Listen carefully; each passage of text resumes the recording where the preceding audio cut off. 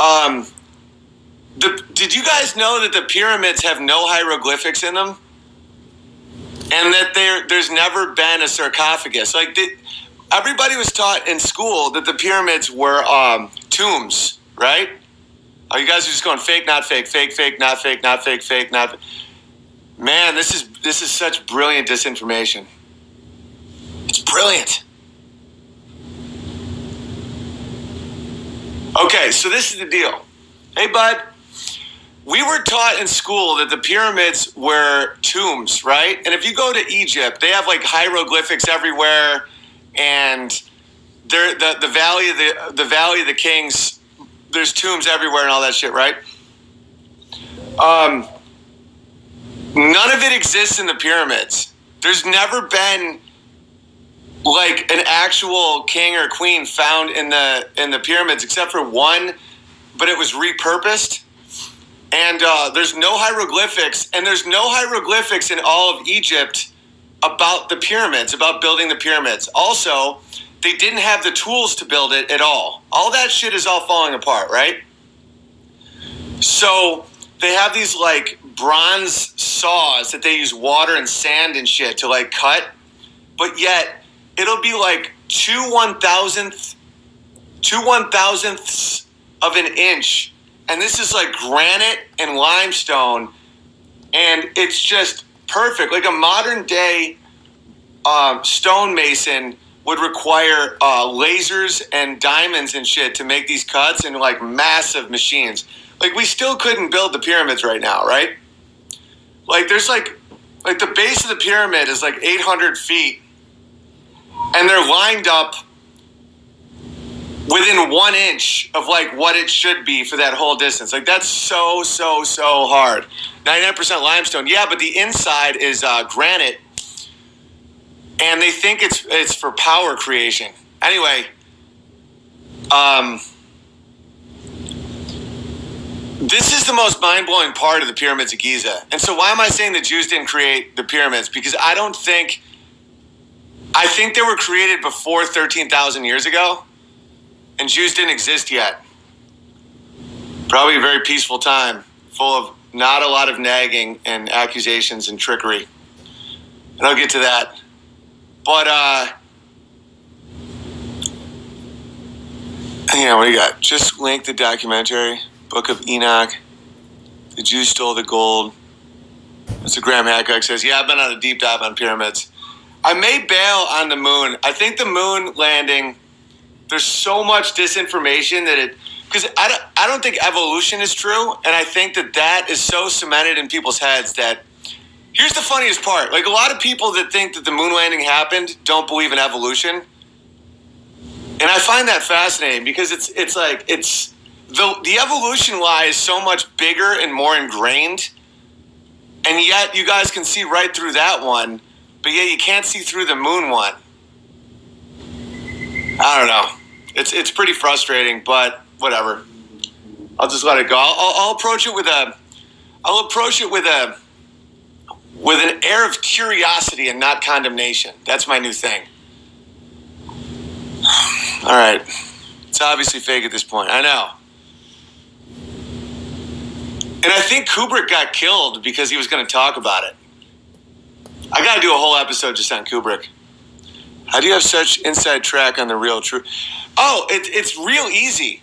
You got to have a genuine distrust of your own mind. It's the only way you can really see stuff. And the real information is really, really obvious when you question yourself a lot. Like when you say, like, do I really know this, or is this instinct?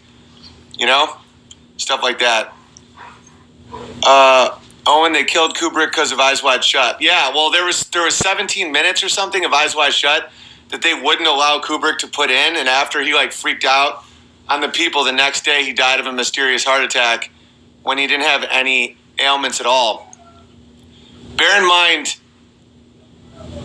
Nicole Kidman's father was the head of one of the biggest pedophile networks in Australia, hiding in plain sight with the name Kidman. And so the casting of that movie was fascinating as well.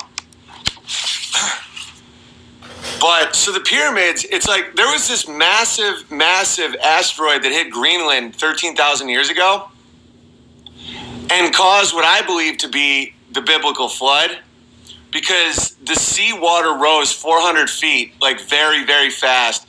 10% of the earth was on fire, you know, and I think that was a full reset button to a previous civilization. And I have no idea what that is.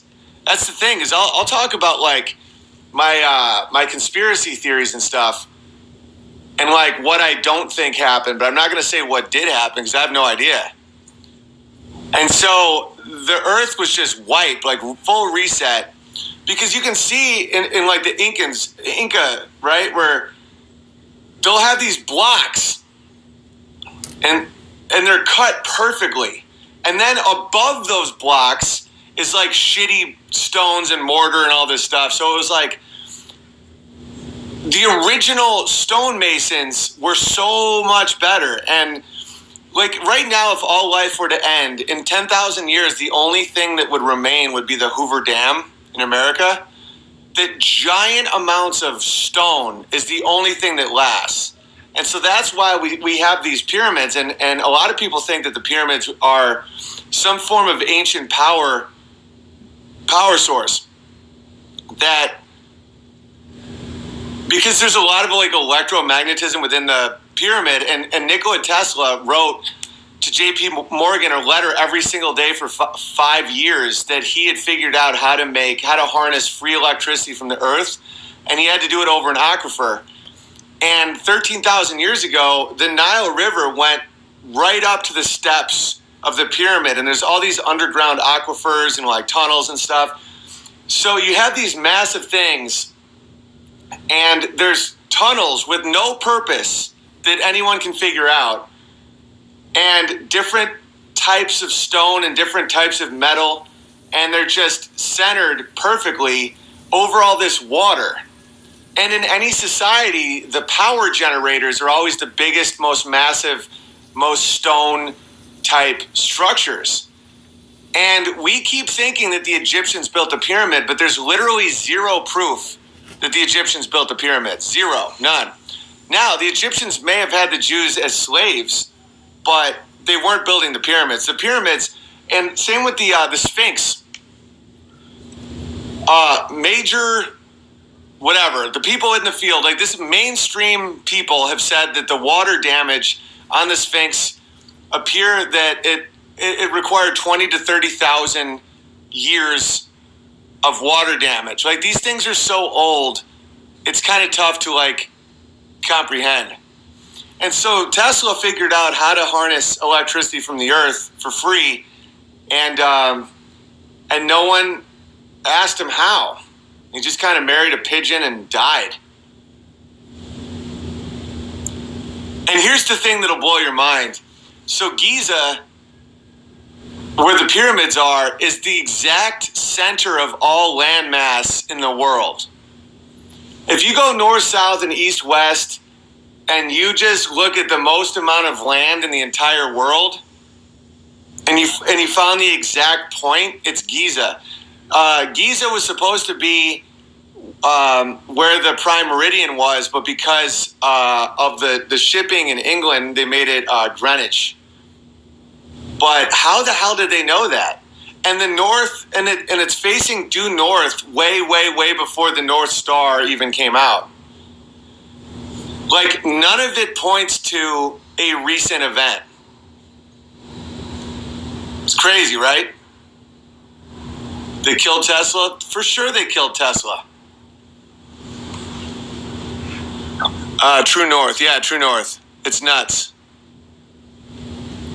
The documentary was so fake. Love the bad editing. Yeah, but see that's just as much of a point. Whether or not it's real or not real, it's just as valid, because it's like people are perceiving it as real or fake. All that does is create disinformation. Because they did have to admit that they did shoot fake moon landings.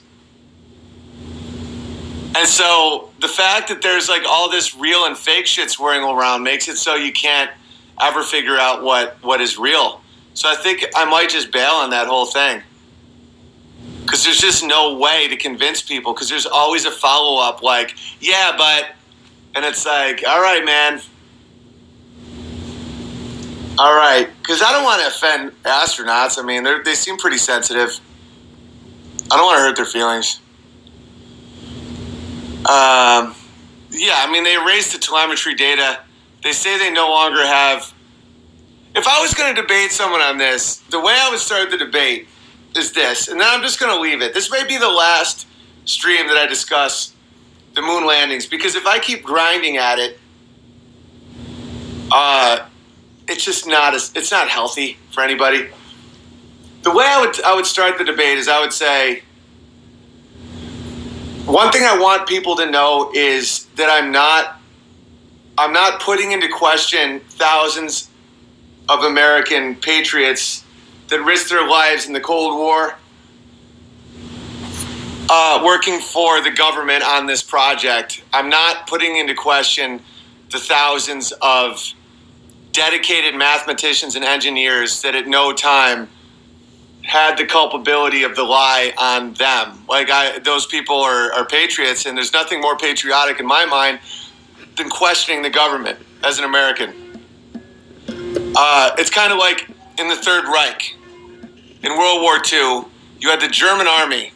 And the German army, if you pulled one of those boys out of the German army and you put him in a bar in America and he could speak English, you'd probably have beers with him and have more in common than you could possibly imagine. That those people did not bear the culpability of Adolf Hitler because they weren't in on the plan. A lot of them were just trying to, put food on the table for their families. And then you go up the ladder to the generals. They kind of had an idea, and some crisis of consciousness, and some of those people tried to kill Hitler.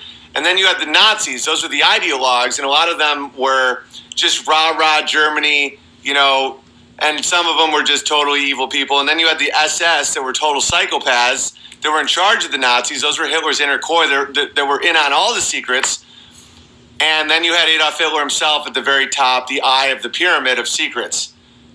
And I see that as a very similar thing in NASA and in the space race, where you had all these people that were just working hard, and the higher you go, the more in on the secrets you are. And the reason that I'm using that example, for the first time in the history of debate, it's not an analogy, it's exact, because the heads of NASA were SS officers. And see, that's how I would start the debate. I would say, in Operation Paperclip after World War II, America smuggled in the top SS Nazi rocket scientists. And Wernher von Braun, who designed the Apollo, what was the name of that? The Saturn V rocket. The architect and the designer, the head of that mission, was an SS officer. So not only is that a metaphor for culpability, it's a fact. And 1,600 high-ranking Nazis and SS officers came to America to head NASA. Wernher von Braun was friends with Walt Disney, who taught him the ways of magic. And then we'll go from there. And so just know that if you're in this chat praising Hitler, you're a grade A fat guy.